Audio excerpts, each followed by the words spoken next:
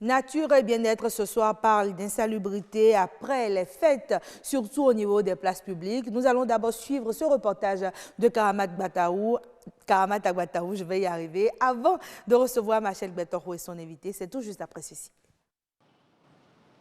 En milieu urbain ou en campagne, disposer d'un cadre pour la distraction et le repos est indispensable pour l'homme.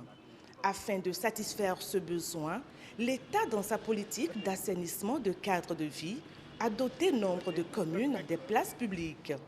Pour que ces jardins de loisirs maintiennent leur attractivité, il est important, voire nécessaire, de les entretenir et de les garder toujours propres.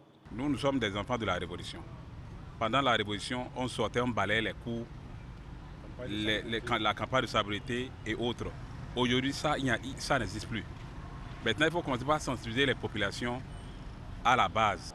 Malgré les efforts que fournissent les pouvoirs étatiques, les places publiques végètent par endroits dans un état insalubre.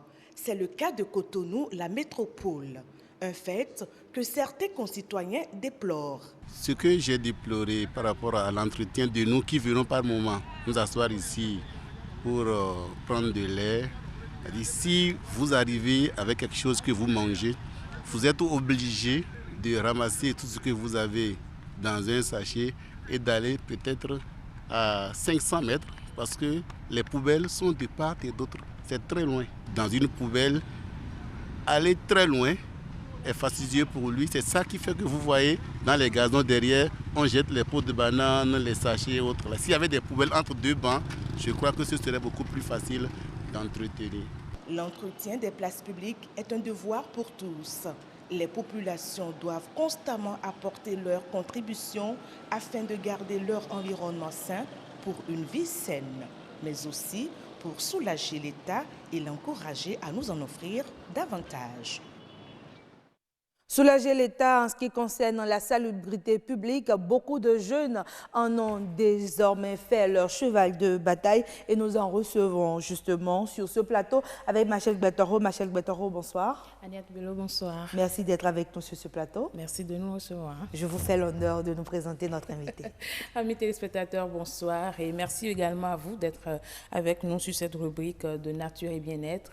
Bonsoir monsieur Djamiro Onko. Bonsoir. Comment allez-vous? Je vais très bien, merci. Et la fête de l'indépendance, ça s'est bien passé? Ça s'est très bien passé. Alors, merci. vous êtes activiste pour l'environnement, vous œuvrez pour la protection de l'environnement et une des actions pour protéger l'environnement, c'est bien sûr la salubrité, rendre nos villes propres, n'est-ce pas? Exactement, c'est ça. Ok, d'accord. Et hier, c'était la fête du 1er août. C'est vrai qu'il y a eu un peu de manifestations, pas un peu, il y a eu des manifestations un peu partout. Les gens ont fêté, les gens ont mangé, ils ont jeté dans la nature des emballages, des sachets, des trucs, tout compte fait des choses qui ne font pas du bien ou bien qui ne contribuent pas justement à préserver l'environnement. Vous, en tant qu'activiste, quelles sont les actions tout de suite que vous allez mener après cette fête du 1er août? Merci pour la question. Nous avons plusieurs actions, mais particulièrement pour ce week-end, nous avons décidé de faire la salubrité au niveau des quartiers, au niveau surtout du quartier Tobouin.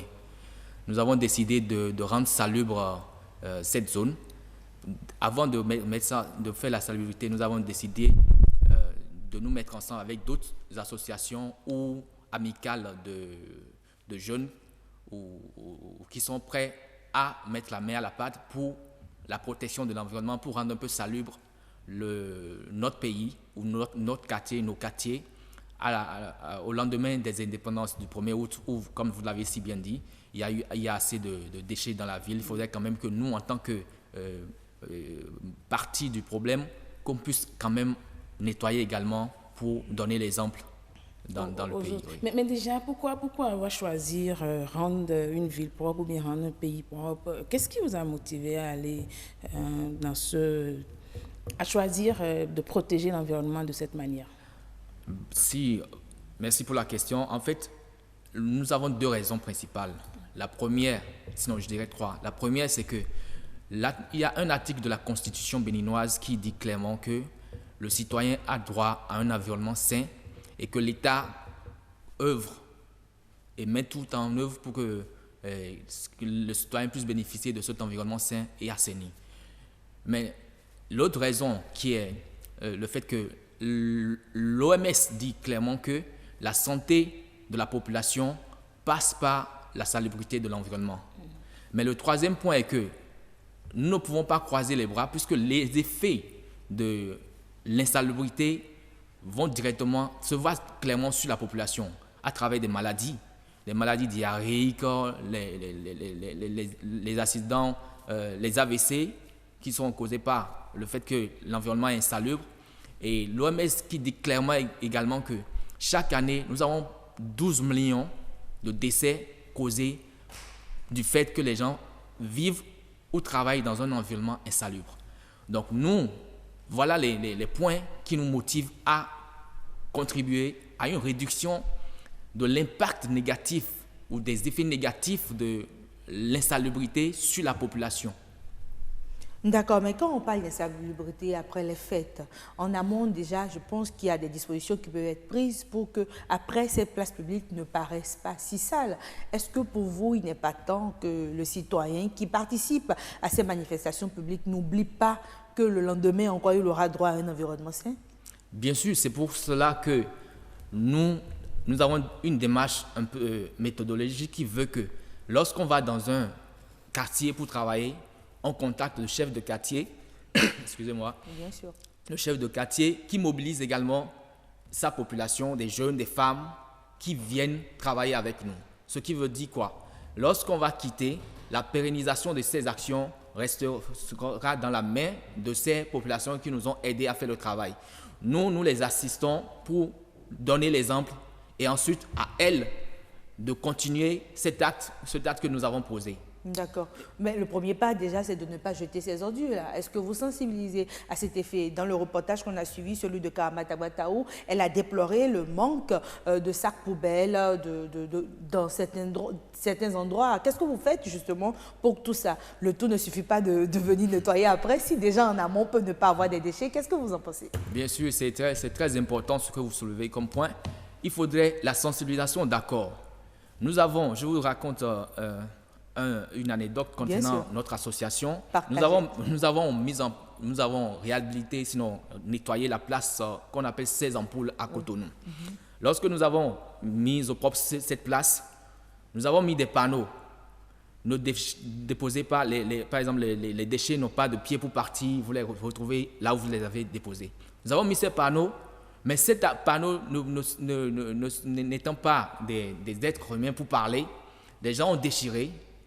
Et nous, la sensibilisation que nous faisons, nous allons directement vers la population pour les sensibiliser. Au-delà des images que nous diffusons et qui permettent à d'autres activistes d'être inspirés par nos actions pour faire un effet boule de neige, nous sensibilisons en allant directement au contact de la population. C'est d'ailleurs l'une de nos activités que nous appelons Green Talk et nous allons vers la population pour les sensibiliser. Mais ça, je pense que la sensibilisation seule ne suffit pas. C'est sûr. Il faudrait la sanction. Et c'est d'ailleurs ce qu'a commencé le procureur de la République, une action que nous saluons. Il faudrait des sanctions. Lorsque vous voyez au niveau de nos places publiques aujourd'hui, regardez ce qui se passe. Les gens jettent des déchets. Les poubelles qui sont au niveau des places publiques ne sont malheureusement pas faites pour accueillir des déchets ménagers. Est-ce que c'est suffisant déjà, ces poubelles? Vous pensez qu'il y en a assez pour toutes les places publiques dans Cotonou, par exemple? Je ne dirais pas qu'il y en a assez dans toutes les places publiques, mais il y en a quand même. C'est déjà un début. C'est déjà un début. Il y a des poubelles à des endroits précis. Donc les gens déversent des déchets ménagers dans des poubelles qui sont destinées juste pour recevoir quelques mouchoirs et quelques canettes. Bon, je veux poser une question un peu bizarre. Est-ce que vous faites tout cela sans aucun soutien? Est-ce que vous le faites de bonne volonté? Vous sortez, vous allez rendre les villes du Bénin propres et tout ça. Est-ce qu'il y a un accompagnement derrière tout ça? Je peux vous dire qu'il n'y a pas un accompagnement financier derrière. Il n'y a que des soutiens de la part de certaines autorités. On n'a pas un accompagnement. Et ça ne nous décourage pas autant parce que nous savons qu'il y a un certain bien-être ou un sentiment du devoir accompli lorsqu'on fait nos actions citoyennes, on va sur le terrain. On a des difficultés, certes, à avoir du matériel. On a des difficultés à mobiliser de nouveaux membres. de nouveaux bénévoles qui ne voient pas l'intérêt de venir chaque samedi ou chaque 2 samedis balayer un lieu public.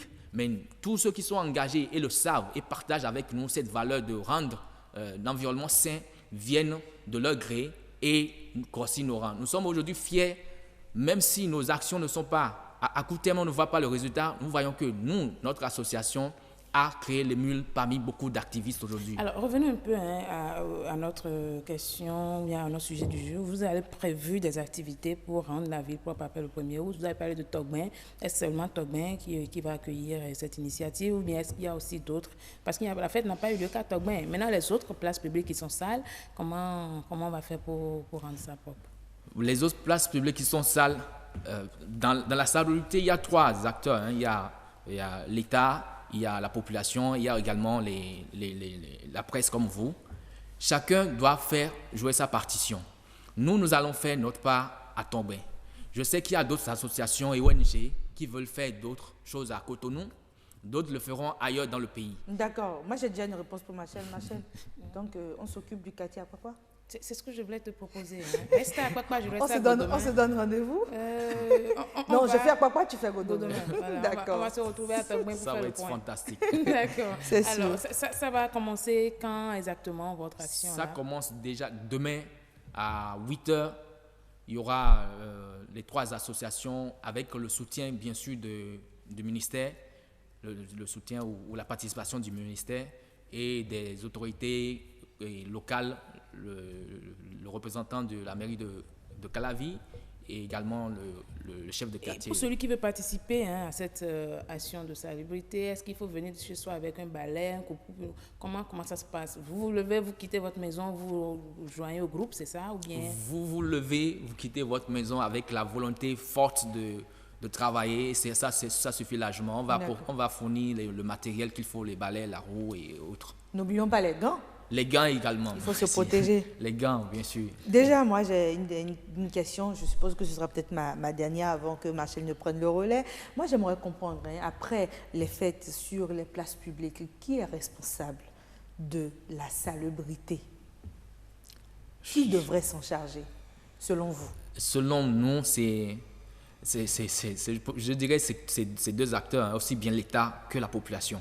Parce que c'est la population qui salit. D'accord. Le manque d'éducation a fait qu'aujourd'hui, beaucoup de gens ont le réflexe de jeter juste les ordures dans la rue. Parce que longtemps, il y a eu ce laisser-aller dans le pays où tu peux jeter les ordures n'importe où en disant que c'est la responsabilité incombe à l'État de nettoyer les villes. Si à notre niveau déjà on peut commencer par faire notre part, ça va faciliter la tâche à l'État. Je vais ajouter quelque chose. Si vous dites que c'est la responsabilité de l'État, et vous savez, pour pouvoir exposer ou bien mettre des bâches ou bien occuper une place publique pour faire une manifestation, on prend toujours l'avis des autorités. Pourquoi ne pas commencer par insérer déjà à la base cette obligation de rendre propre cette place après utilisation, parce que vous trouvez une place propre pour l'utiliser, à la fin vous devez quand même rendre cette même place propre, au lieu de venir organiser des séances de salubrité pour rendre propre. Mais c'est-à-dire, vous venez prendre la place et vous signez l'engagement de retourner la place propre. Je pense que ça doit être aussi... C'est déjà une solution. Oui, ça c'est une solution pertinente.